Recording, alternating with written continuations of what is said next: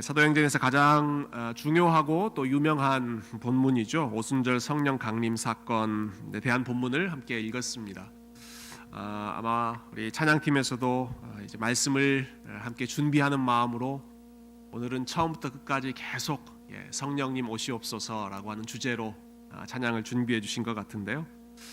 우리가 찬양으로 고백했던 그 성령 충만함의 역사가 어떤 의미를 가지고 있는지 오늘 이 사도행전 2장 말씀을 통해서 잠깐 생각해보고 또 우리 그 성령님의 임재를 함께 기도하는 간구하는 시간이 되었으면 좋겠습니다.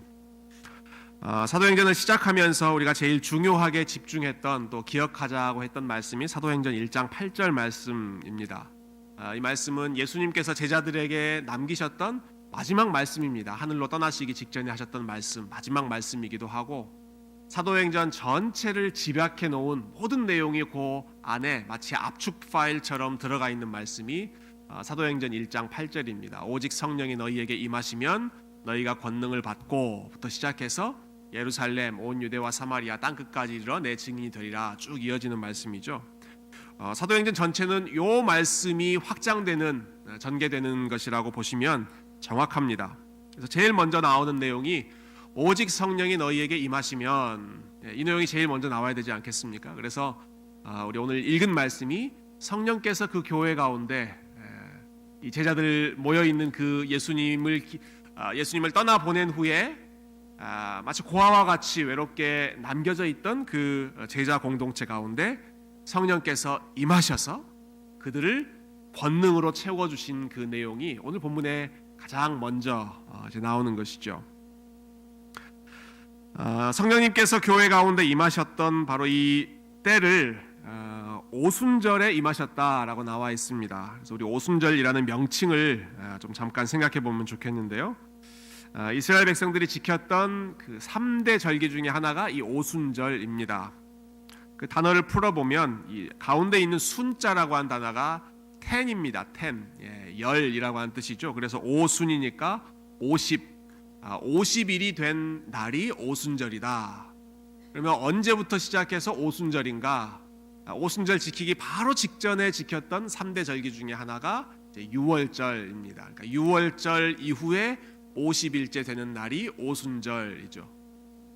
복음서에 있는 내용이랑 연결해 보면 예수님께서 십자가에 달리신 그 절기가 유월절이었고 3일 후에 부활하셨고 그 후에 한 40일 정도 제자들에게 나타나시고 하늘로 떠나셨으니까 예수님이 떠나신 이후로 세어본다면 한 7일, 8일 그 정도, 거의 한 일주일 정도 기다리고 있는 그 타이밍에 성령님께서 임하신 것이죠. 오순절날 예수님께서 너희가 몇 날이 못 되어 성령으로 세례를 받을 것이다 말씀하셨는데 바로 그 말씀처럼 오래 걸리지 않고 몇 날이 못 되어 성령께서 제자들 가운데 임하셨습니다.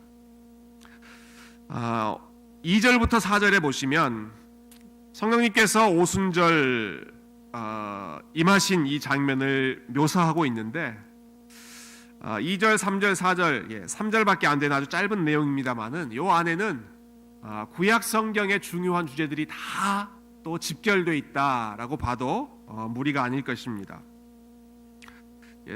창조부터 시작해서 하나님께서 그 백성들 가운데 역사하셨던 그 모든 역사들이 아주 간단한 그런 핵심적인 이미지를 통해서 이 성령 강림 사건을 통하여 이루어졌다라는 것을 보여주고 있는데요.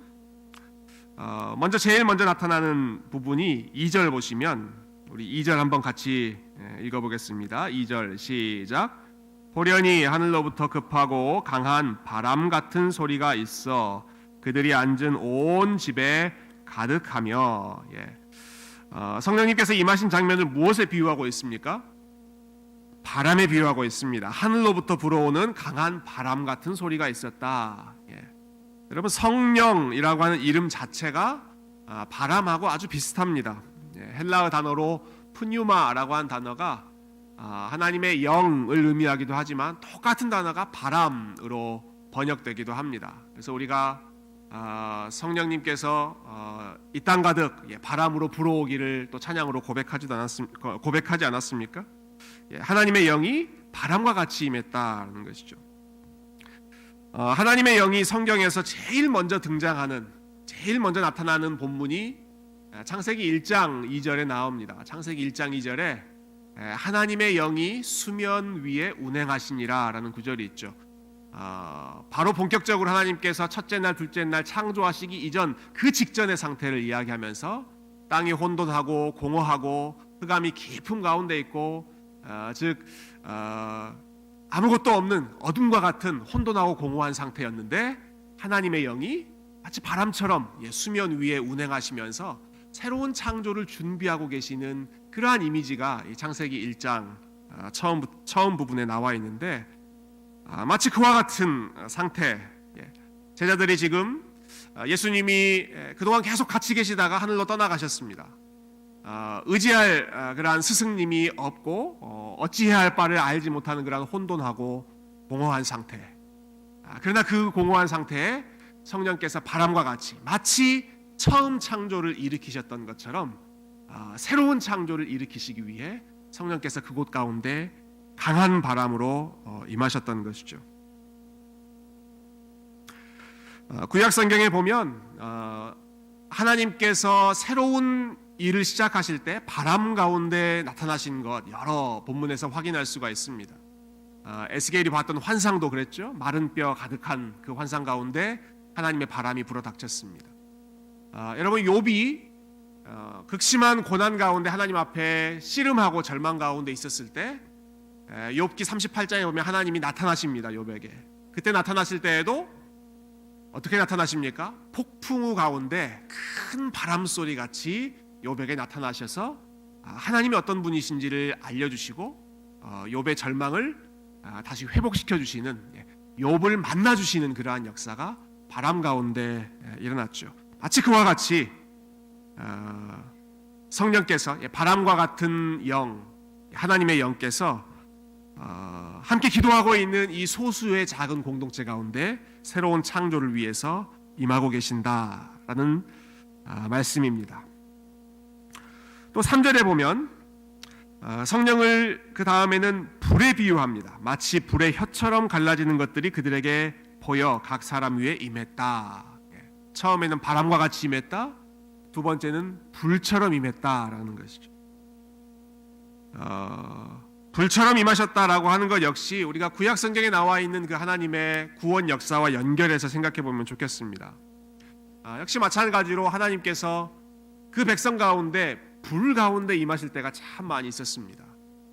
모세를 부르실 때 호렙산 가운데에서 떨기나무 가운데 불이 붙었죠. 그 불이 떨기나무를 태우지 않고 계속 살아있는 그 불이었습니다.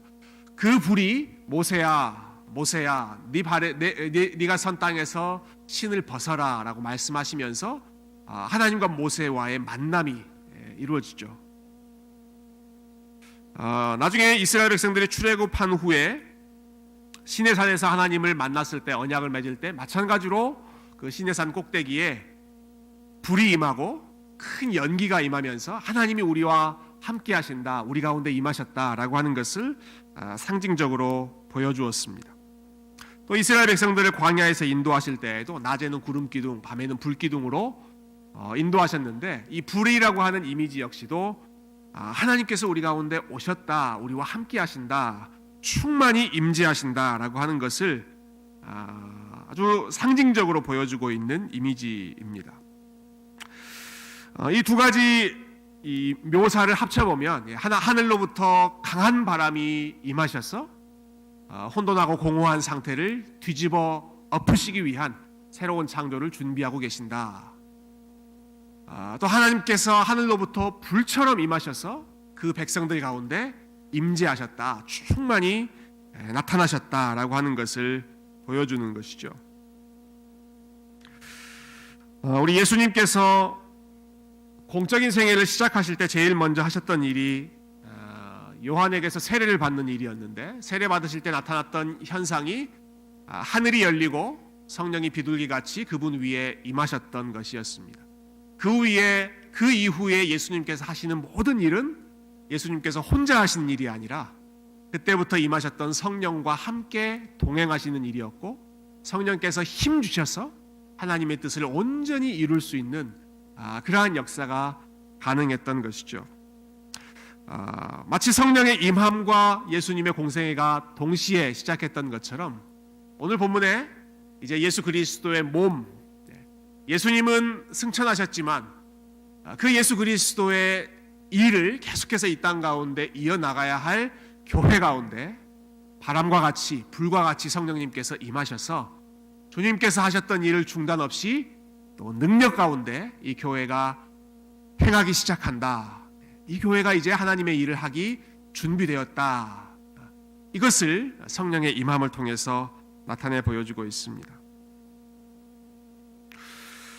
우리가 성령님을 가리키는 또 다른 호칭 중에 하나가 자주 쓰는 표현이 보혜사라고 하는 호칭이죠. 보혜사, 도와주시는 분이다라고 하는 뜻인데,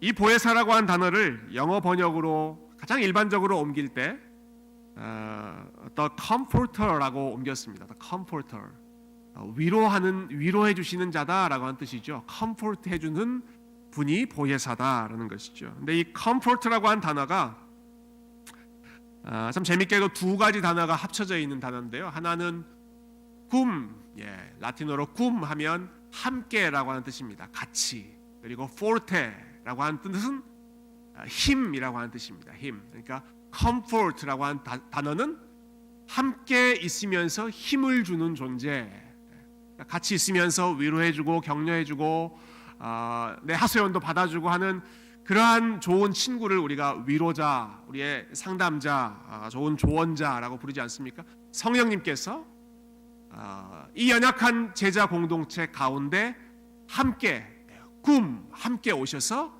그들에게 forte, 힘을 더하여 주시기 위해서 오셨다. 이분이 보혜사, comforter, 위로해 주시는, 도와주시는 하나님의 조력자이신 거죠. 성령님께서 오셨던 그 당시의 제자들의 상황을 여러분 생각해 보십시오. 약한 공동체였습니다. 불과 얼마 전까지만 해도 벌벌 떨었던 그러한 사람들이었습니다. 유일하게 의지했던 존재는 예수님. 그런데 그 예수님조차도 하늘로 떠나고 지금은 안 계십니다. 숫자도 적습니다. 120여 명 정도밖에 안 되는 아주 적은 숫자였습니다. 반면에 그들이 맞서서 싸워야 하는 그 세상은 유대인의 종교 지도자, 또 로마 제국, 우상 숭배로 가득했던 여러 이방 민족들, 그들 하나하나 생각해 보면 도저히 이들의 힘만으로는, 이들의 숫자만으로는 상대할 수 없는 역부족인 그런 상황이었죠. 그러나 성령님께서 그들 가운데 바람처럼 불처럼 임하심으로써 그들을 위로하고 격려하시는 것입니다. Don't worry, 염려하지 말아라 라고 말씀해 주시는 거죠. 걱정하지 말아라. 성령님께서, 하나님께서 너희와 함께 하신다. 성령님께서 그리스도와 함께 하셨던 것처럼, 그래서 예수 그리스도께서 마지막까지 하나님의 일을 충실하게 하나님께 영광 돌리는 그 사역을 잘 감당하셨던 것처럼 바로 그 동일한 성령님께서 이제는 교회 가운데 함께 하시고 연약한 제자들 가운데 함께 하여 주시고 너희를 고아와 같이 버려두지 않겠다, 주님께서 약속하셨던 그 약속을 하나님께서 지금 이 날, 오순절날 이루어 주셨던 것이죠. 갓 태어난 교회, 이제 막 첫 발걸음을 떼는 제자들의 공동체를 하나님께서 강력한 임재의 역사로 함께 해주시는 것을 분명하게 보여주심으로써 그들이 두려워하지 않도록, 그들의 발걸음이 약하지 않도록 힘을 주셨던 사건이 오순절 성령 강림의 사건이었습니다. 우리가 한 가지 더 주목하고 싶은 이미지가 오늘 본문에 나오는데요. 그것은 다시 3절에 나오는 이미지입니다. 3절을 제가 다시 한번 읽어보겠습니다. 마치 불의 혀처럼 갈라지는 것들이 그들에게 보여 각 사람 위에 하나씩 임하여 있더니 라고 되어 있습니다. 우리가 조금 전에 성령께서 불과 같이 임하셨다라고 말씀드렸죠. 근데 사실 이 3절의 더 중요한 포인트는 불보다 혀에 있습니다. 혀. 불의 혀처럼 성령께서 임하셨다라고 하는 뜻입니다. 원어의 의미를 가장 가깝게 번역한다면 마치 불처럼 보이는 아이들 그림 그리면 이렇게 갈라지는 그림이 있지 않습니까? 마치 불이 이렇게 갈래갈래 나뉘어지는 것처럼 그렇게 갈라지는 혀가 각 사람들 가운데 임했다.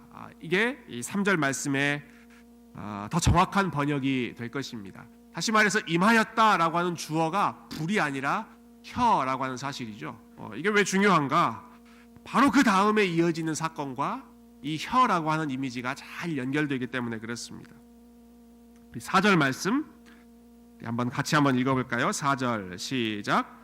그들이 다 성령의 충만함을 받고 성령이 말하게 하심을 따라 다른 언어들로 말하기를 시작하니라. 성령으로 충만해진 제자들이 제일 먼저 했던 일이 각각 다른 언어로, 다른 language, other tongues, 다른 혀로 말하기를 시작한 것이죠. 그래서 이 사건을 두 개 같이 이어주면서 불의 혀와 같이 불의 혀가 각 사람 가운데 임했고 그 각각 나뉘어져 있는 혀처럼 각각 다른 언어로 이 제자들이 말을 하기 시작했다라는 것입니다. 그리고 이러한 특별한 현상, 아주 놀라운 현상을 그 당시에 예루살렘에 모여있던 많은 사람들이 듣고 보고 그리고 놀라워하기 시작하죠. 5절 말씀 보면 그때 경건한 유대인들이 천하 각국으로부터 와서 예루살렘에 머물러 있었다라고 설명합니다. 이 상황적인 배경이죠. 왜냐하면 오순절이라고 하는 절기는 경건한 유대인들이라면 아마 모든 유대인들이 다 오지는 않았겠습니다만은 경건한 유대인, 즉 하나님의 말씀에 순종하는 그런 유대인들이라면 너희가 1년에 3차례 예루살렘으로 모여라 라고 하는 말씀에 순종하기 위해서 6월절 또 이런 오순절 때 예루살렘에 다 집결하는 것입니다. 각 지역에 있는 각 나라 여러 지역에 흩어져 있던 유대인들이 모이는 것이죠. 그래서 천하 각국으로부터 모였다 이렇게 표현하고 있습니다. 이때 모인 사람들이 얼마나 다양한 지역에서 왔는지 9절부터 11절 그 리스트가 나오죠. 여러 지역에 있는 멀리서는 로마, 이집트, 구레네, 메소포타미아 이런 지역, 이집트, 아라비아, 그리스 등등 그 당시 지중해 전역에 걸쳐 있었던 흩어져 있었던 유대인들이 지금 이 예루살렘 지역에 총 집결해 있는 그런 상황입니다. 얼마나 다양한 지역, 다양한 국적을 가지고 있는 사람들이 모였는지 모르겠습니다. 제가 오늘 점심 때 우리 그 클락스턴 지역을 잠깐 들렸다 왔는데요. 우리 교회에서 후원하는 난민 선교가 있지 않습니까? 시리 호프 선교 단체를 이끄시는 우리 김지선 선교사님 만나서 어떤 사역을 하시는지 또 가까이서 듣고 또 이 클락스턴 지역이 어떤 분위기인지를 우리 선교사님께서 직접 한 군데 한 군데 아파트를 돌아다니시면서 이렇게 보여주셨습니다. 근데 정말로 말로만 듣던 그 클락스턴 지역을 제가 처음 갔는데 가는 아파트마다 또 가는 지역마다 얼마나 다양한 인종의 사는 사람들이 모여 있는지를 눈으로 확인할 수가 있었습니다. 어떤 아파트 가면 여기는 아프가니스탄 사람들이 모여 있고 어떤 지역 가면 아시아에서 온 미얀마 사람들로 가득해 있고 또 어떤 지역 가면 시리아 지역에서 온 사람들, 아프리카 소말리아에서 온 그런 난민들이 다 그 작은 도시 안에 아주 집결되어 있더라고요.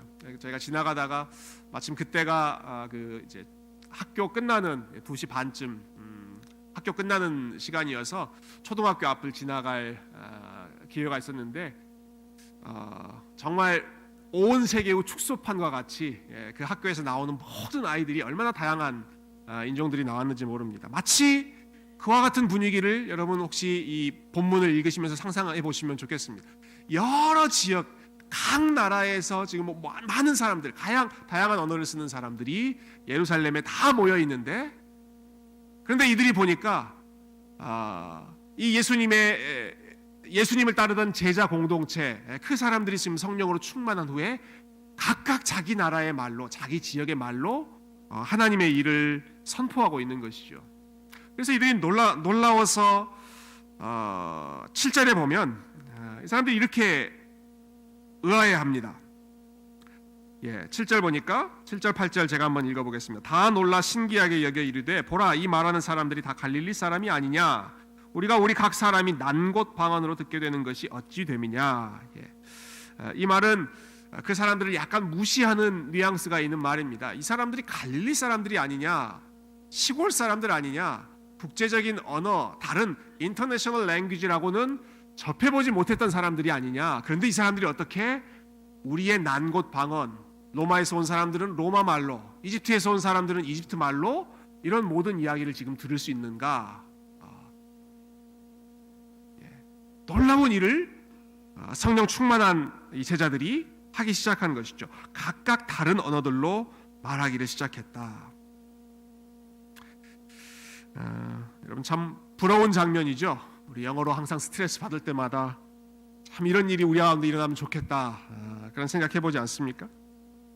근데 이 사건은 단순히 갈릴리 시골 사람들이 신기하게도 외국어를 말하기 시작했다 하는 이 정도의 우리가 이 정도 신기한 사건 정도가 아니라 우리가 성경의 전체 흐름과 연결해서 본다면 이 사건은 창세기 초반부 이후부터 인간을 괴롭혔던 저주스러운 사건이 하나님의 성령 가운데에서 풀리기 시작했다. 저주가 풀리기 시작했다라고 하는 이 구원 역사의 맥락에서 우리가 생각해 보는 것이 유익합니다. 여러분 목회 일정표에 나와 있는 그 순서대로 지금 성경을 읽고 계십니까? 차근차근 읽고 계시죠? 테스트 한번 해볼까요? 어제 읽었던 본문이 어디였습니까? 창세기 11장이었습니다. 여러분 혹시 당황하실까봐 어제 읽었던 본문이 어디였다고요? 창세기 11장이었습니다. 창세기 11장에 보면 무슨 얘기가 나오죠? 바벨탑 사건 나오죠. 바벨탑 사건.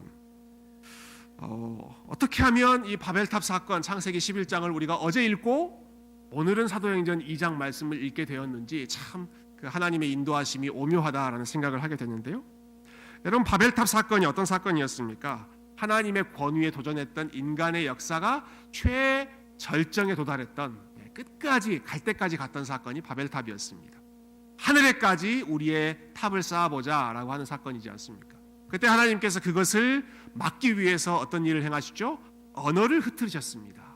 언어를 흩으심으로써 그들이 이러한 악한 일을 행하지 못하도록 서로 소통이 되지 않도록 서로 마음이 이어지지 않도록 언어를 다 흩어버리신 사건.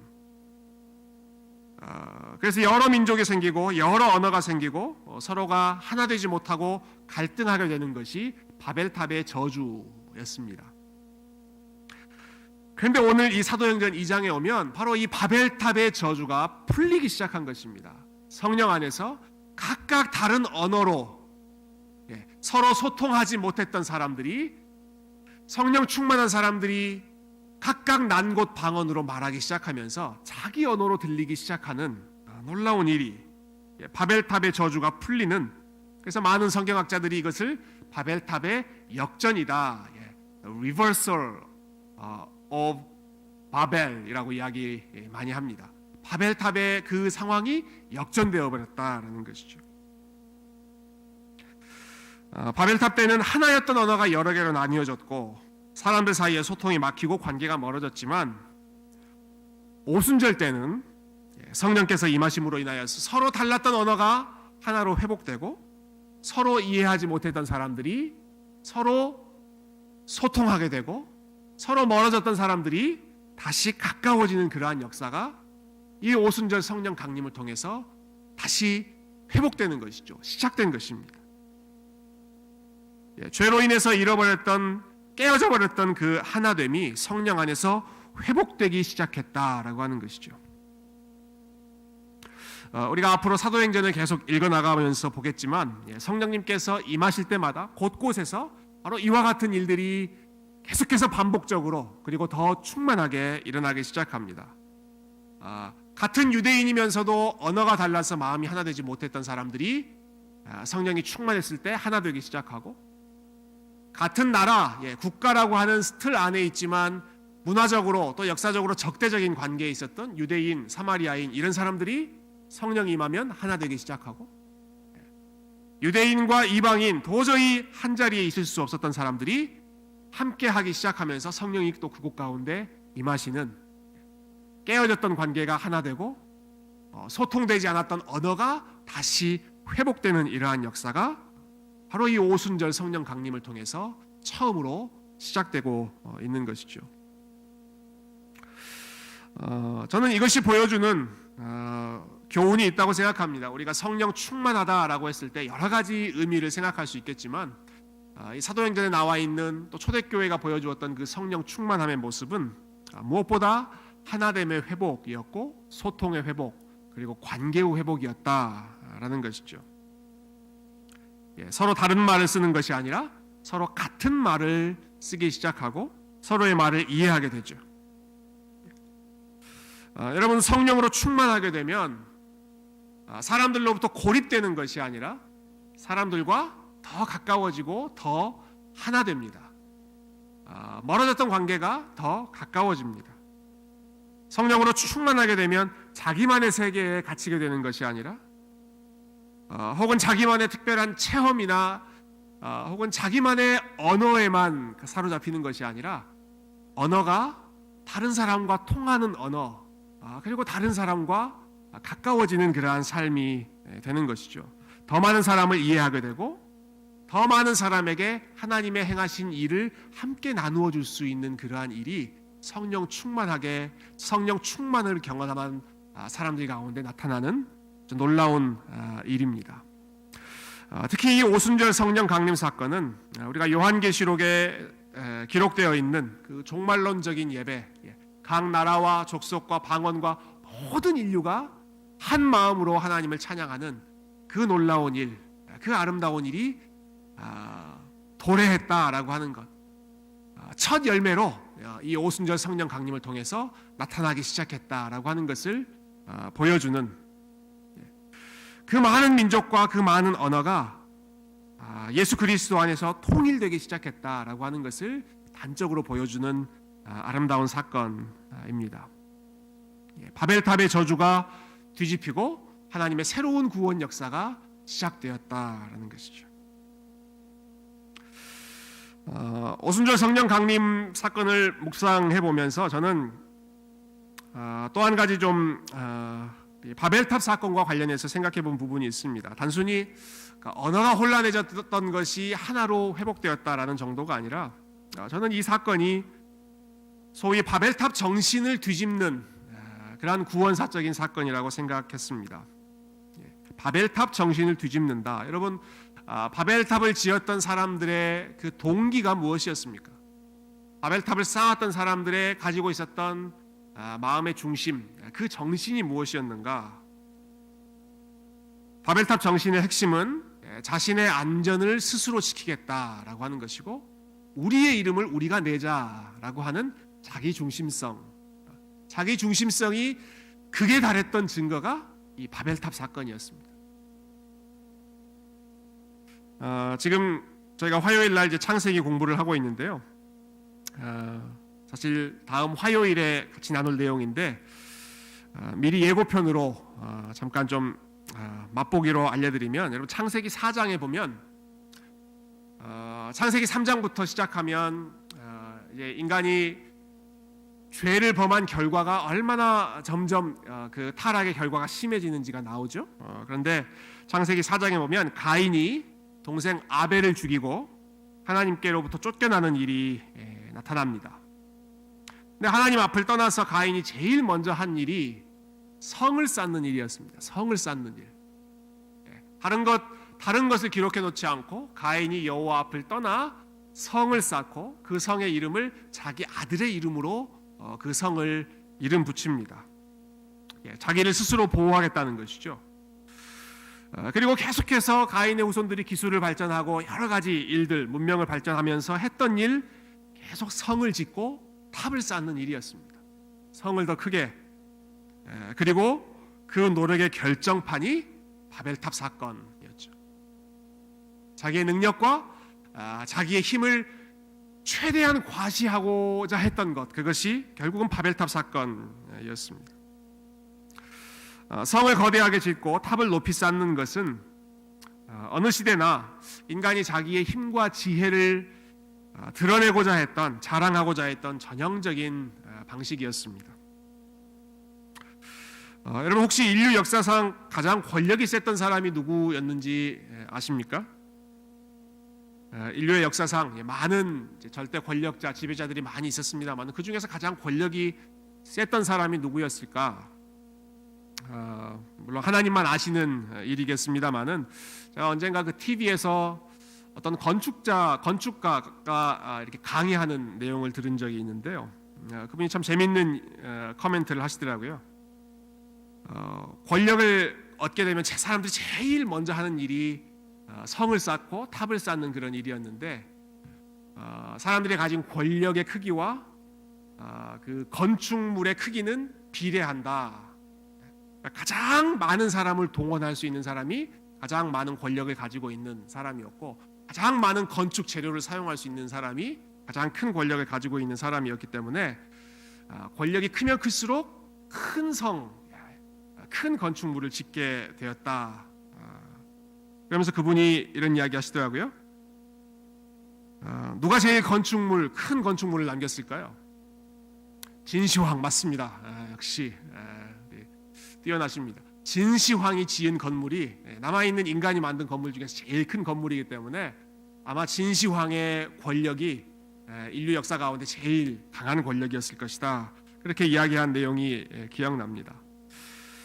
여러분 진시황은 만리장성을 쌓고 또 애굽왕 파라오는 피라미드를 쌓고 각자 자기의 힘껏 자기의 능력을 자랑하기 위해 큰 건축물을 쌓았죠. 그럼 바벨탑을 쌓으면서 사람들이 가졌던 목표 그것이 무엇입니까? 우리가 우리의 이름을 내자. 우리가 흩어짐을 면하자. 우리가 우리의 힘으로 우리를 지키자. 다른 외부의 도움이 아니라 우리의 능력으로 우리의 성을 지키고 우리의 능력으로 우리의 이름을 내자. 이것이 바벨탑 지었던 사람들의 정신이죠. 인간이 창조된 목적 그것은 우리가 하나님의 형상으로 지음을 받았는데 그렇기 때문에 하나님의 이름을 드러내고 하나님을 영화롭게 하는 것이 우리의 제일된 목적인데 여러분 하나님께서도 이사야 선지자를 통해서 이 백성은 내가 나를 위하여 지었나니 나의 이름을 찬송하기 위해서 내가 지었다. 나의 이름을 높이기 위해서 지었다라고 주님께서 인간을 창조하신 목적을 밝혀주셨는데 바벨탑을 지었던 사람들은 하나님의 이름이 아니라 자기 자신의 이름을 높이려고 했던 것이죠. 자기 이름을 내려고 했던 그 욕망의 끝이 바벨탑이었습니다. 그런데 오순절 성령 강림 사건은 이 바벨탑의 저주를 뒤집은 사건이다라는 것입니다. 여러분 성령으로 충만했던 사람들의 입에서 나온 그 말이 무엇이었는지 혹시 아십니까? 우리 11절 말씀 한번 볼까요? 우리 11절 말씀을 마지막으로 같이 한번 읽어보겠습니다. 시작. 그레레인과 아라비아인들이라 우리가 다 우리의 각 언어로 하나님의 큰 일을 말함을 듣는도다 하고 그 사람들이 놀라면서 이야기하는 거죠. 우리가 우리의 각 언어로 무엇을 듣는다고 이야기합니까? 하나님의 큰 일을 말함을 듣게 되었다. 그 말은 지금 성령 충만한 사람들이 사람들 앞에서 이야기했던 말이 하나님이 이루신 큰 일을 선포하고 있다라고 하는 것이죠. 인간이 이룬 자기의 큰 일, 바벨탑 지었던 사람들이 하는 것처럼 자기의 이름을 높이려고 하는 것이 아니라 성령 충만한 사람들의 입에서 나왔던 고백은 하나님의 큰 일을 선포하기 시작합니다. 각각 다른 언어로 사람들이 이해할 수 있는 언어로 하나님께서 예수 그리스도 안에서 이루신 놀라운 구원의 역사, 하나님께서 예수 그리스도 안에서 회복하시는 그 놀라운 창조의 역사, 하나님께서 우리를 만드신 그 목적을 이 사람들이 다시 회복하고 그 목적에 따라서 순종하면서 하나님의 큰 일을 선포하기 시작하는 것입니다. 하나님의 이름을 높이는 일, 성령 충만한 사람들이 지금 하고 있는 것이죠. 성령께서 하시는 역사가 무엇입니까? 여러분 성령 충만한 사람에게 나타나는 그 증거가 무엇입니까? 오늘 본 내용 잠깐 정리해 보면 여러분 성령 충만한 사람은 자기 자신에게만 갇혀 있는 사람이 아니라 다른 사람과 소통하고 다른 사람과 함께 말하고 그 사람과의 관계를 회복하는 사람이 성령 충만한 사람입니다. 또한 성령 충만한 사람은